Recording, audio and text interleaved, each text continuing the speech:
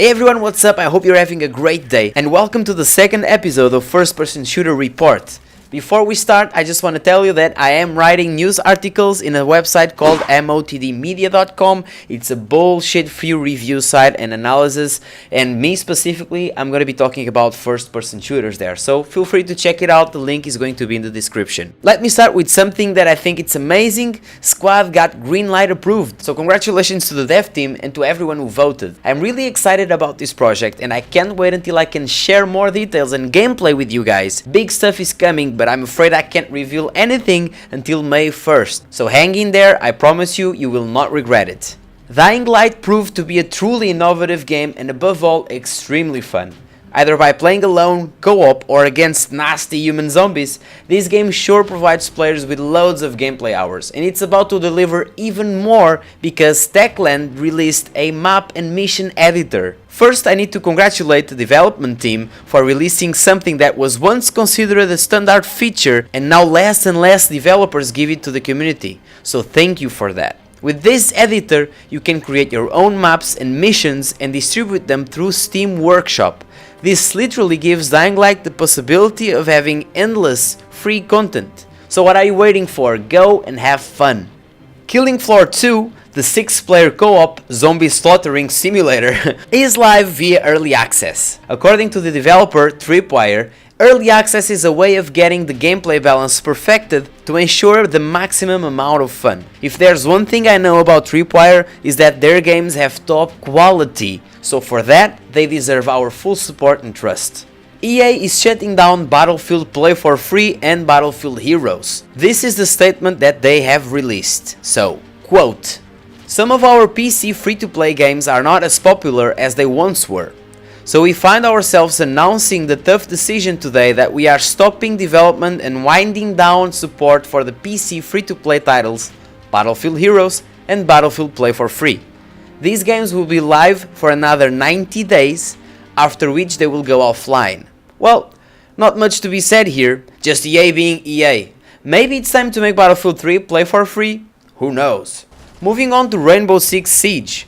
There isn't anything relevant at this point. Unfortunately, the developers have been silent after the end of the closed alpha. The closed alpha was a big slap in the face of anyone who was expecting Rainbow Six to be, well, Rainbow Six. The good side of this flop alpha was that it created a big outcry from the community. My sarcastic video not only got the support of many viewers, but the article I wrote also reached the top in the Rainbow Six Reddit page. Now it's time for the developers to actually do something with the huge amounts of feedback the community has been giving them.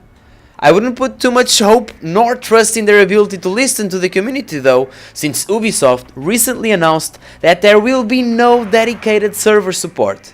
Every game will be hosted by a player. So yes, in 2015, Ubisoft is releasing a game with peer-to-peer connections. Good guy Ubisoft. And finally, let's talk about Star Wars Battlefront. Star Wars Battlefront released a brand new flashy trailer where they showed absolutely nothing about gameplay. Literally everything they showed was a scripted in-engine footage. Yesterday, the first actual screenshot was released. Even though the screenshot is confirmed to be real, it is most definitely not representative of the final product. What we see looks really good, but at the same time, there's no heads-up display, because they probably have it disabled, just like you can do in Battlefield 4 for example, and we have some weird-ass depressing color filter. So I hope that the art designer is not the same from Battlefield, or I mean Bluefield 3, hopefully. Regarding what we know so far, I pretty much covered everything in my previous video, but what I can tell is that the community is already extremely disappointed by some confirmed facts about missing features. And if there's one thing that I can say about DICE, based off of experience of dealing with them, is that they can really mess things up when they try and do a true successor for a sad game. In this case, I can't help but remember about what happened with Battlefield 2 and Battlefield 3.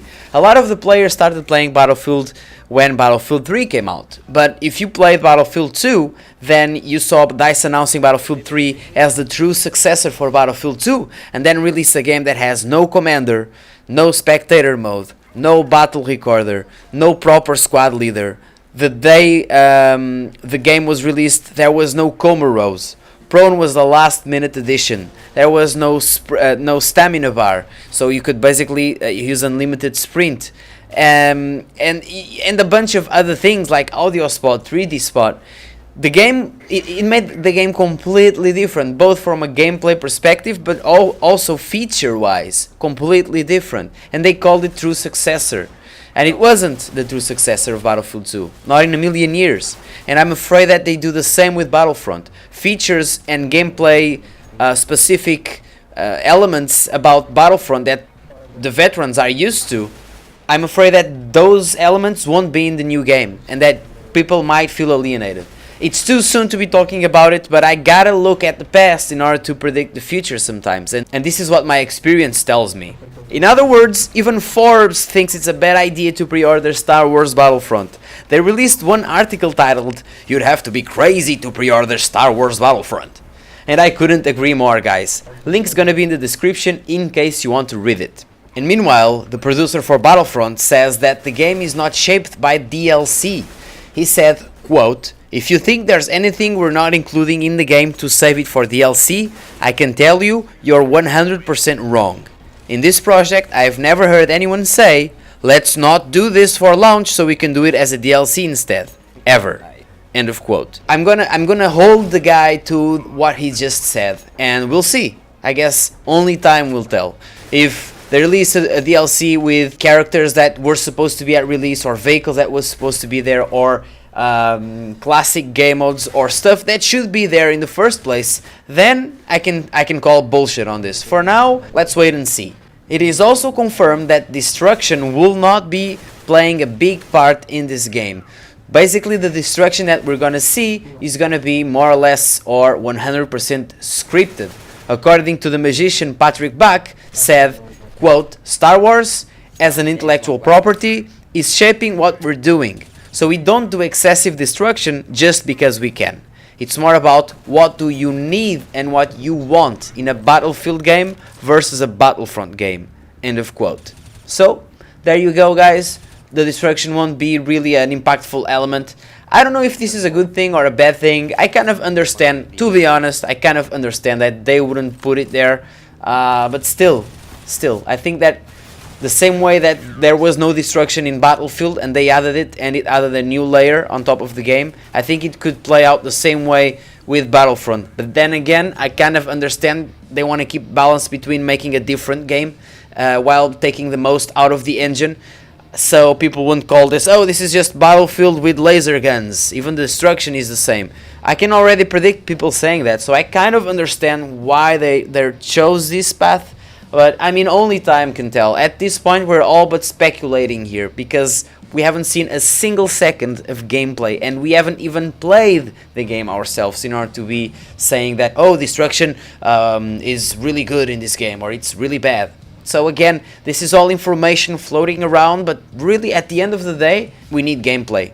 We need to play the game. So there you go, guys. This is all I have for the second episode of First Person Shooter Report. I hope you enjoyed the content, and please leave it a like if you did, and thanks for watching, bros. See you next time. Cheers.